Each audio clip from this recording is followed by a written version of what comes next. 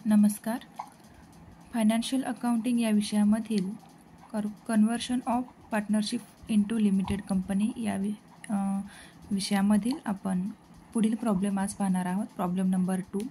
Sane and Rane were partnership sharing profit and losses equally. Sane आणि राणे हे दोघे पार्टनर्स आहेत. त्यांनी त्यांचा प्रॉफिट आणि लॉस इक्वली शेअर करायचं ठरवलं आहे. Their balance sheet as on 31 March 2015 as follows. त्या दोघांचंही बॅलन्स शीट इथे दिलेलं आहे. पहा, sundry creditors, bills payable, bank overdraft, Rane's loan दिलेलं आहे, डेप्रिसिएशन फंड आहे, रिझर्व्ह फंड आहे, कॅपिटल्स दिलेले आहेत.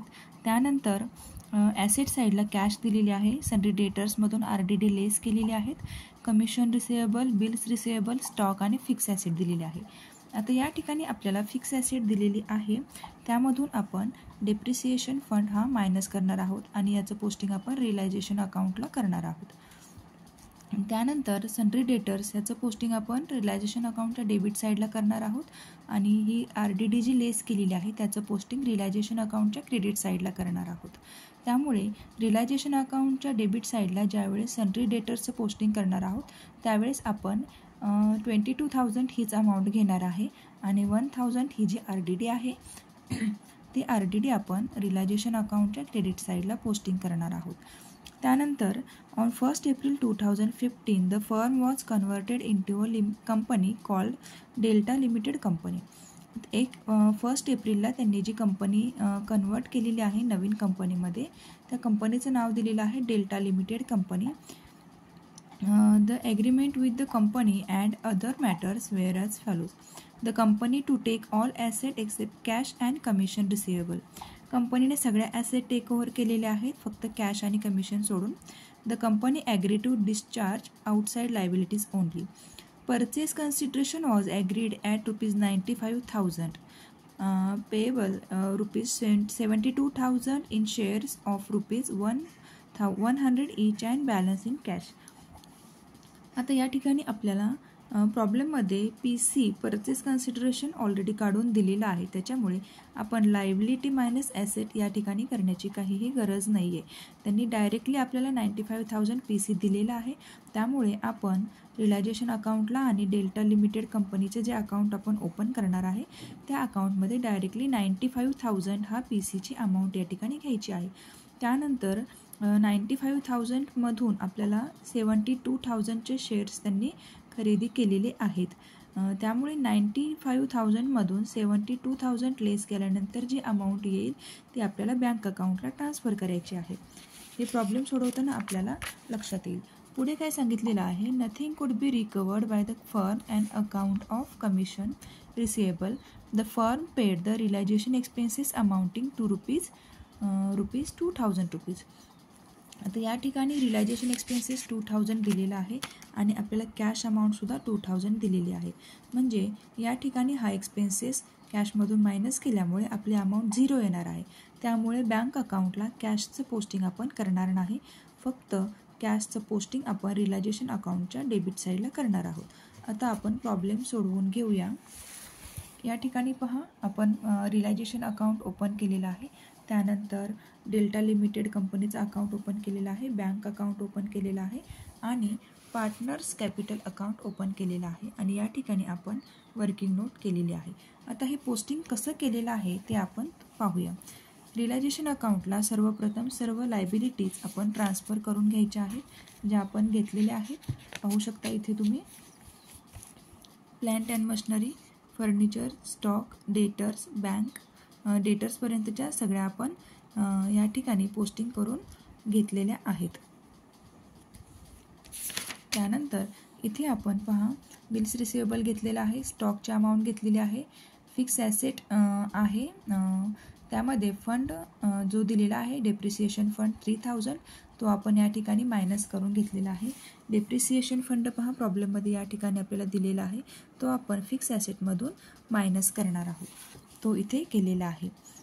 आणि हे डेप्रिसिएशन आपल्याला प्रॉब्लेमच्या बॅलन्स शीटमध्ये दिलेलं असल्यामुळं याचा एकच इफेक्ट इथे दिसला आपण दाखवणार आहोत, याचा दुसरा इफेक्ट दाखवला जाणार नाही. त्यानंतर या ठिकाणी पहा, सन्ड्री क्रेडिटर्स दिलेले आहेत, लायबिलिटीज आपण पोस्टिंग करून घेणार आहोत. By bills payable 10,000, by bank overdraft 4,000, जी RDD आपण इथे घेतलेली आहे पहा, लेस केलेली RDD आपण या ठिकाणी मेन्शन केलेली आहे.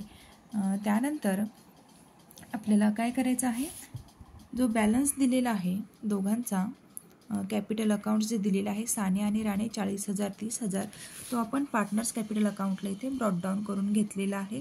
त्यानंतर राणेज लोन अकाउंट दिलेलं आहे 5,000 रुपये, ते आपण बँक अकाउंटमध्ये या ठिकाणी ट्रान्सफर करून घेतलेलं आहे बाय राणेज लोन अकाउंट 5,000 रुपये. त्यानंतरचं पोस्टिंग आहे डेप्रिसिएशन फंड, आपण या ठिकाणी डेप्रिसिएशन लेस केलेलं आहे रिलायझेशन अकाउंटला. त्यानंतर रिझर्व फंड दिलेला आहे 4,000. रिझर्व फंड हा नवीन कंपनी जी आहे ती कंपनी कधीही टेकओव्हर करत नाही, तर तो फंड आपल्याला पार्टनर्स कॅपिटल अकाउंटला पार्टनर्सच्या जो रेशो दिलेला असतो त्या रेशोमध्ये तो आपल्याला ट्रान्सफर करायचा असतो. यामध्ये पार्टनर्स कॅपिटल अकाउंटचा रेशो त्यांनी इक्वली दिलेला आहे, त्यामुळे रिझर्व फंड जो आहे तो आपण दोघांमध्येही इक्वली दिलेला आहे, वाटून टाकलेला आहे. 2,000 अशी अमाऊंट या ठिकाणी आलेली आहे. त्यानंतर आपल्याला आता पुढे काय सांगितलेलं आहे, आपण लायबिलिटी आणि ॲसेट याचं पोस्टिंग करून घेतलेलं आहे. कॅशचं पोस्टिंग आपण केलेलं नाही आहे, कारण या ठिकाणी एक्सपेन्सेस जो दिलेला आहे तो आपण, हा जो एक्सपेन्सेस दिलेला आहे तो आपण याच्यातून लेस करून घेतलेला आहे, त्यामुळे याचं पोस्टिंग बँक अकाउंटला होणार नाही. त्यानंतर जो PC कन्सिडरेशन आपल्याला दिलेला आहे पहा या ठिकाणी, तो आपण डायरेक्टली पोस्ट करून घेणार आहोत by delta limited company PC 95,000, आणि याचं सेकंड इफेक्ट डेल्टा लिमिटेड कंपनीमध्ये टू रिलायझेशन अकाउंटला 95,000ला केलेला आहे.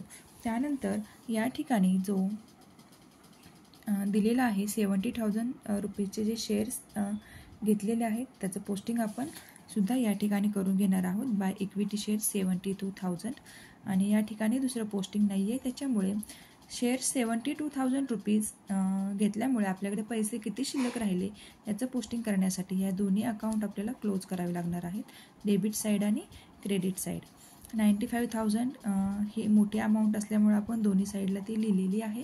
त्यानंतर बँक अकाउंटला 23,000 हा जो फरक आलेला आहे तो फरक या ठिकाणी आपण दाखवलेला आहे.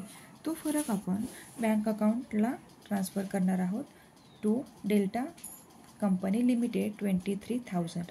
त्यानंतर राणेचं लोन आपण या ठिकाणी जे आहे ते लोन आपण बँक अकाउंटला ऑलरेडी घेतलेलं आहे. त्यानंतर आपलं पोस्टिंग काय राहिलेलं आहे पाहूया. या ठिकाणी पाहू शकतो आपण आता सगळे काही पोस्टिंग झालेले आहेत. आपल्याला शेअर इन डेल्टा लिमिटेड कंपनीमध्ये पार्टनर्सला किती प्रमाणात शेअर द्यायचं आहे त्याचं हे कॅल्क्युलेशन इथे करून घ्यायचं आहे आपल्याला. त्याआधी आपण आता अकाउंट्स क्लोज करूया.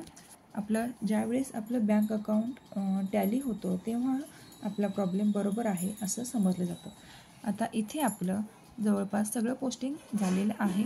दोन्ही साईडची टोटल करायची आहे 1,35,000 1,35,000 असं हे पोस्टिंग आलेलं आहे. त्यामध्ये फरक आलेला आहे 16,000 रुपये, जो आपण दोघांमध्ये इक्वली डिस्ट्रीब्यूट केलेला आहे 8,000. हा फरक आपण पार्टनर्स कॅपिटल अकाउंटला शेअर केलेला आहे बाय रिलायझेशन अकाउंट 8,000. आता आपलं रिलायझेशन अकाउंट या ठिकाणी क्लोज झालेलं आहे. डेल्टा लिमिटेड कंपनीचं अकाउंटही आपण क्लोज केलेलं आहे. आता पार्टनर्स कॅपिटल अकाउंट क्लोज करून घेऊया.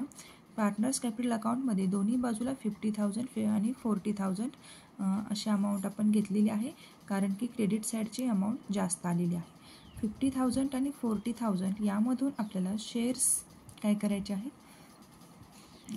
सानिया आणि राणे या दोघांनाही शेअर्स वाटून द्यायचे आहेत. तर आपले एकूण शेअर्स किती आहेत, तर 72,000 शेअर्स आहेत. तर हे शेअर्स आपल्याला दोघांमध्ये त्या प्रमाणात वाटून घ्यायचे आहेत. त्यांचा रेशो आपल्याला अजून काढून घ्यायचा आहे. रेशो काढण्यासाठी पार्टनर्स कॅपिटल अकाउंटची जी जास्त टोटल आलेली आहे ती टोटल आपण आधी या ठिकाणी घेणार आहोत. 50,000 to 40,000 ही दोन्हीची अमाऊंट आपण या ठिकाणी घेतलेली आहेत. आता यांचा एकमेकांना पूर्ण भाग जाईपर्यंत भाग देत राहायचा आहे. हे 4 शून्य गेलेले आहेत आणि हे 4 शून्य गेलेले आहेत, राहिलेले आहेत 5:4. म्हणजे सानेचा येणार 5 आणि राणेचा येणार 4. 5:4 हा त्यांचा न्यू रेशो आलेला आहे. त्या रेशोनुसार आपण हे जे शेअर्स आहेत ते एकमेकांना दोघांना वाटून देणार आहोत. त्यामुळे कॅल्क्युलेशन आपलं असं होईल 72,000 divided by 9 into 4 into 5 and 72,000 divided by 9 into 4. त्यानंतर आपलं कॅल्क्युलेशन केल्यानंतर आपल्याला 40,000 शेअर्स हे राणेसाठी येणार आहेत आणि 32,000 शेअर्स हे मानेसाठी येणार आहेत. ते आपण या ठिकाणी मेन्शन करून घेतलेले आहेत. त्यानंतर आपला 50,000मधनं 40,000 गेले, राहिले 10,000 आणि 40,000मधून 32,000 गेले, राहिले 8,000. तर हे आपण टू बँक अकाउंट असं पोस्टिंग करून या ठिकाणी दोन्ही अमाऊंट लिहिणार आहोत आणि पार्टनर्स कॅपिटल अकाउंटचा हा जो फरक आहे तो आपण बँक अकाउंटला या ठिकाणी ट्रान्सफर करणार आहोत. By Sane's capital account 10,000 by Rane's capital account 8,000 आणि दोन्ही अकाउंट या ठिकाणी अकाउंट डेबिट साईड आणि क्रेडिट साईड क्लोज होत आहे. या ठिकाणी आपलं डेबिट लिहायचं राहिलेलं आहे आणि क्रेडिट ठीक आहे. बँक अकाउंट आपलं इथे टॅली झालेलं आहे. याचा अर्थ आपला हा प्रॉब्लेम बरोबर आलेला आहे. थँक्यू.